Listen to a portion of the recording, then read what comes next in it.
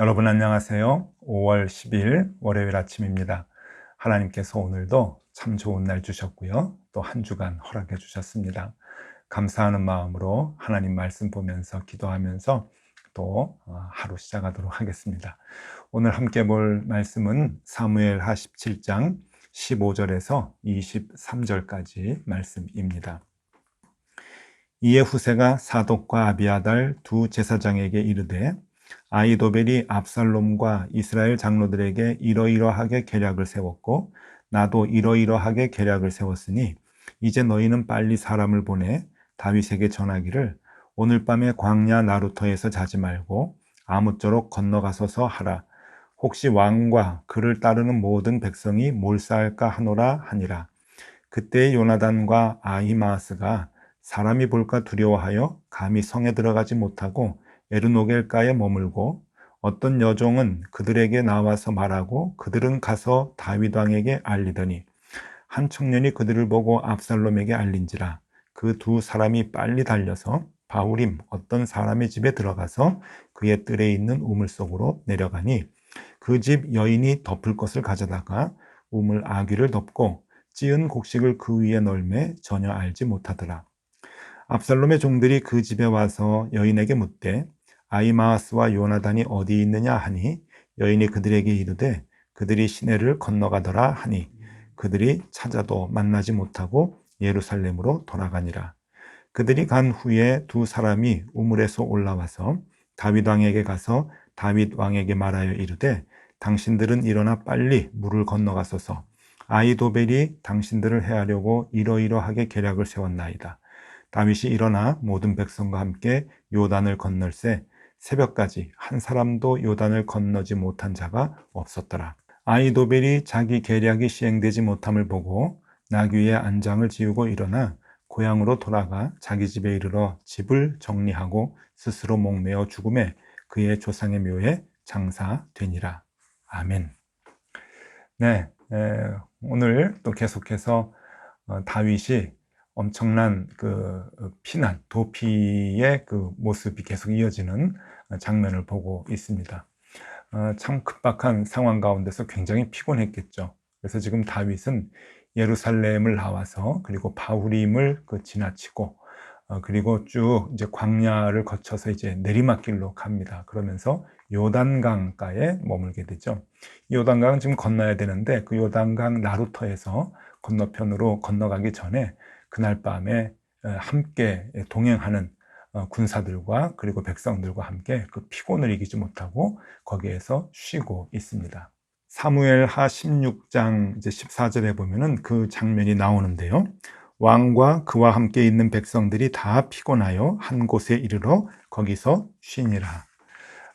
네, 이 말씀이 아주 중요한 그 상황을 얘기해 주는데요. 그 요단강 나루터에서 지금 너무 피곤하고 힘들어서 강을 건너기 전에 쉬고 있는 것입니다. 이렇게 요단강 나루터에서 쉬고 있는 다윗을 알고는 이 아히도벨, 그러니까 압살롬에게 붙어서 작전을 얘기해 주고 있는 작전 참모격인 이 아히도벨이 신의 한 수, 우리 이병옥 교수님의 말씀대로 신의 한 수의 작전을 얘기해 줍니다. 그 작전이 뭔가 하면은요, 사무엘하 17장 1절에서 3절까지 나오는데 제가 읽어 드리겠습니다. 아히도벨이 또 압살롬에게 이르되 이제 내가 사람 12,000명을 택하게 하소서.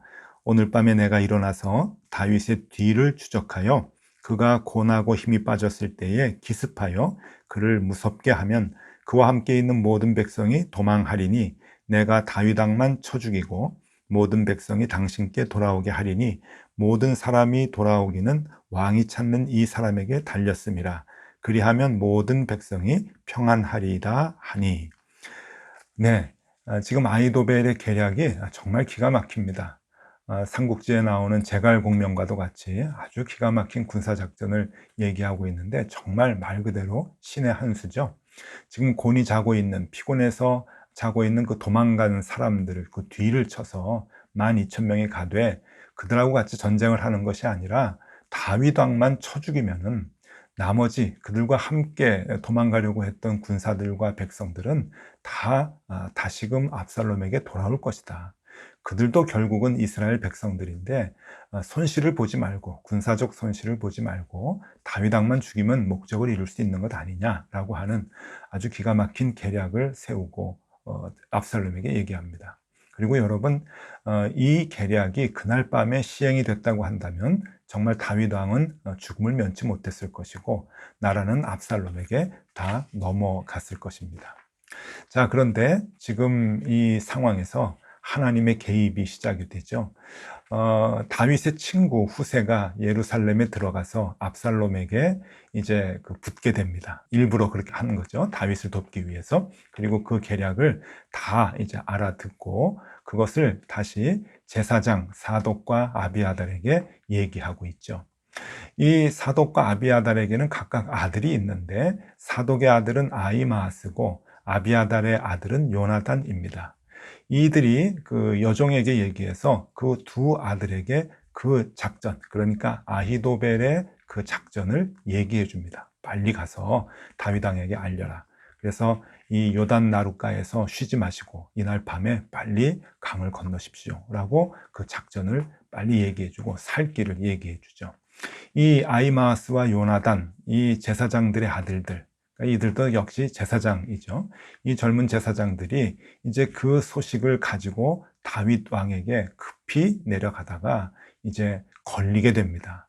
압살롬의 군사로부터 이제 걸리게 돼서 이 바후림이라고 하는 마을에 숨어들어서 어떤 집안의 그 우물 속으로 이제 들어갔다고 하는 얘기고, 그 집의 여인이 이 두 아히마아스와 요나단 이 젊은이들을 이제 그 우물에 이제 덮어서 살려주고, 그리고 이 두 사람을 쫓는 이 압살롬의 군사들을 다시 돌려보내는 그러한 일을 이제 보여주고 있죠. 네, 여기에서 지도 다시 한번 보여드리겠습니다. 바후림, 바로 예루살렘 동쪽에 있고요. 이 바후림을 지나쳐서 이제 쭉 오른쪽으로 내려가면 요단강이 나오는데, 지금 이 요단강에서 다윗 왕이 지금 하룻밤 쉬고 있습니다. 요단 나루를 건너기 위해서 쉬고 있는데, 거기까지 이제 달려가기 위해서 달려가다가 이제 압살롬의 군사에게 걸려서 바후림이라고 하는 곳에서 이제 숨어 들어가게 됩니다. 근데 여러분, 이 바후림에서 한 여인의 도움으로 이 두 사람이 살아났다고 하는 것은 엄청난 일인데요.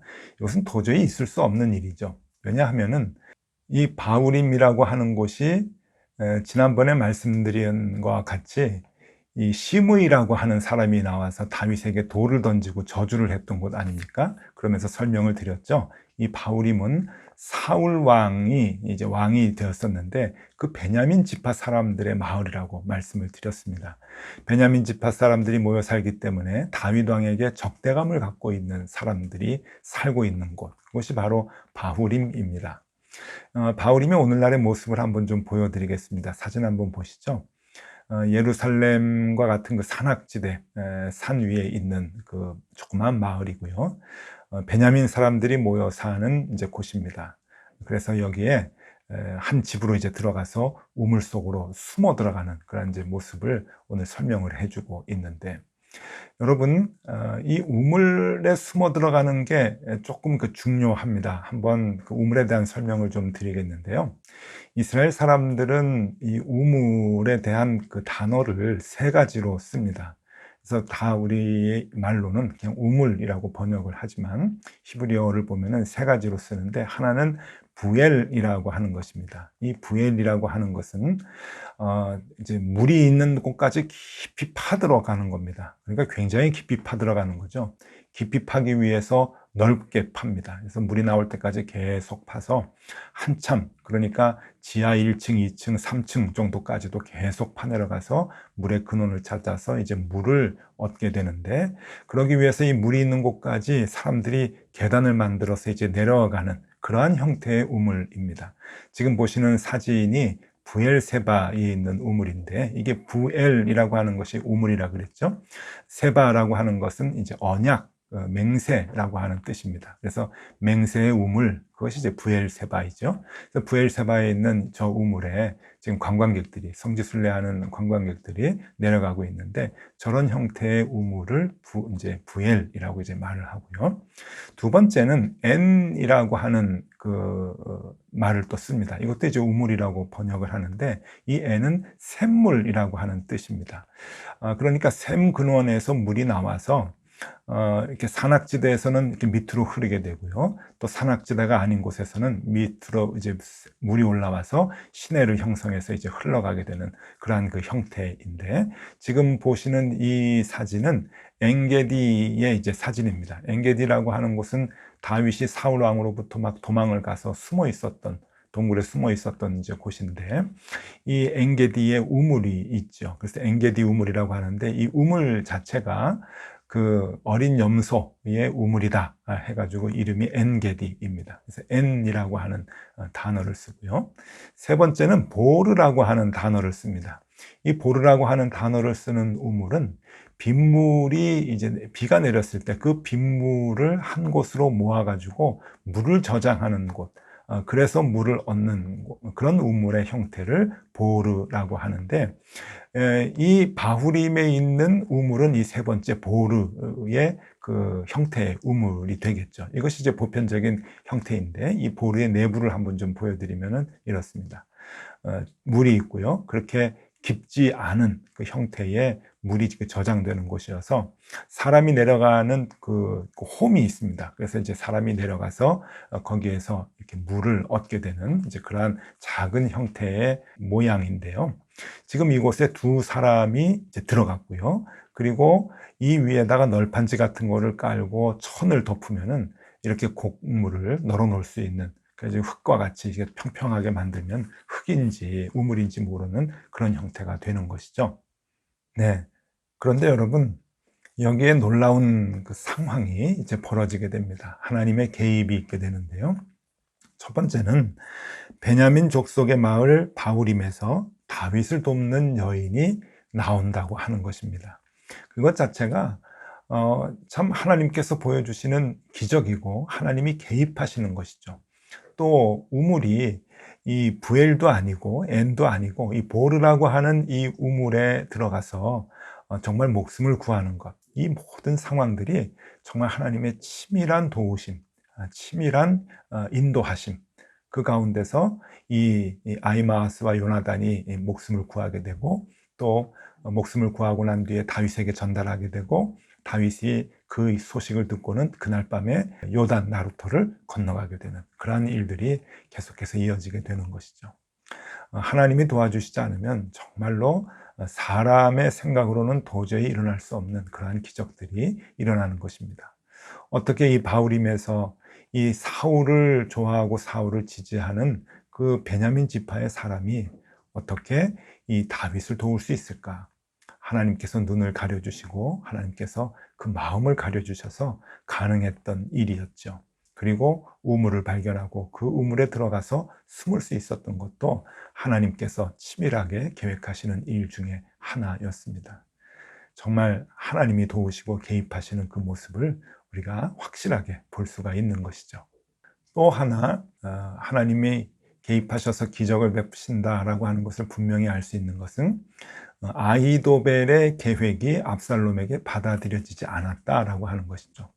신의 한 수를 늘 얘기하는 아히도벨, 정말 아히도벨의 계획대로 그날 밤에 다윗을 죽였으면 모든 상황은 끝났을 것입니다. 그런데 이상하게 압살롬의 마음이 다치게 되고 또 후세의 말을 더 잘 듣게 되어서 결국은 이 다윗이 도망갈 수 있는 그러한 그 기회를 주게 되었죠. 요단강은 그 당시 아마 건너기 쉽지 않은 상황이었던 것 같습니다. 요단강은 우기와 건기에 이 강 폭과 깊이가 많이 달라지는데 한번 보시죠, 여러분. 이 그림을 보시면은요, 건기에는 한 폭이 30m 되고 깊이가 1m 정도인데, 우기에는 폭이 1.6km까지 벌어지게 되고요, 깊이는 3, 4m까지 깊어지게 됩니다.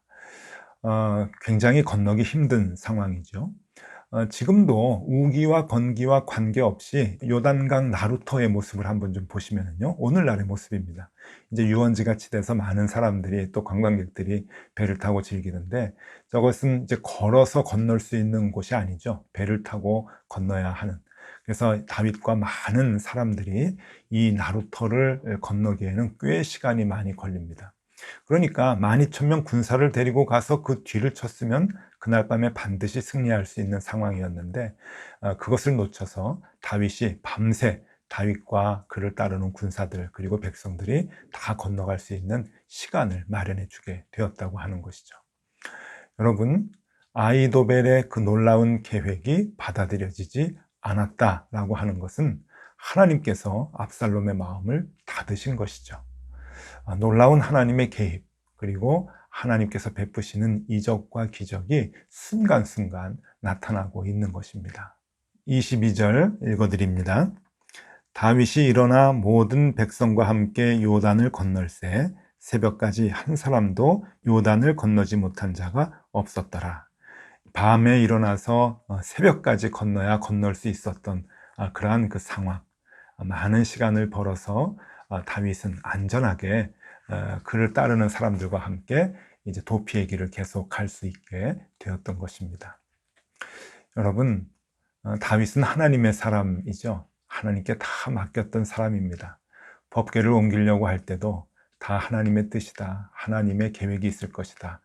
또 시므이의 저주를 들을 때도 하나님의 음성이다, 하나님의 소리다. 자기가 어떻게 될지 상상이 가면서도 그 모든 결과를 하나님께 맡겼던 다윗, 정말 하나님의 사람이었죠. 믿음의 사람. 그 믿음의 사람, 하나님을 의지하고 하나님의 뜻을 따르고 순종하겠다고 다짐했던 그 다윗.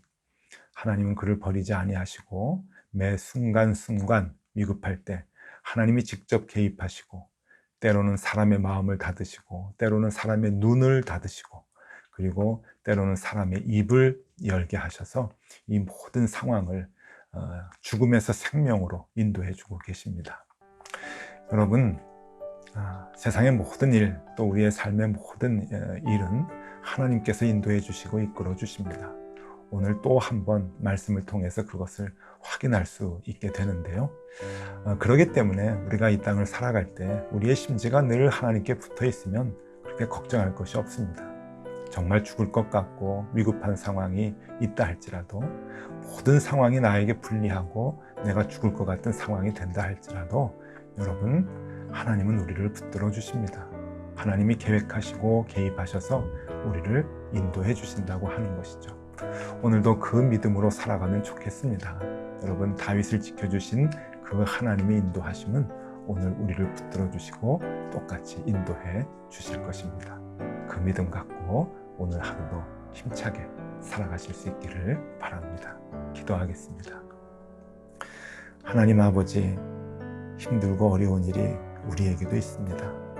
정말 죽을 것 같은 상황이 우리에게도 날마다 닥치게 되는데 주님 의지합니다. 세상적인 방법으로 문제 풀려고 하지 않게 도와주시고, 언제나 하나님께 의지하고 순종하며 나아가는 우리들이 되게 하여 주시옵소서. 오늘도 그러한 마음을 가지고 살 때 하나님, 우리를 지켜 주시옵소서. 예수 그리스도 이름으로 기도드리옵나이다. 아멘. 네, 함께 기도하시겠습니다.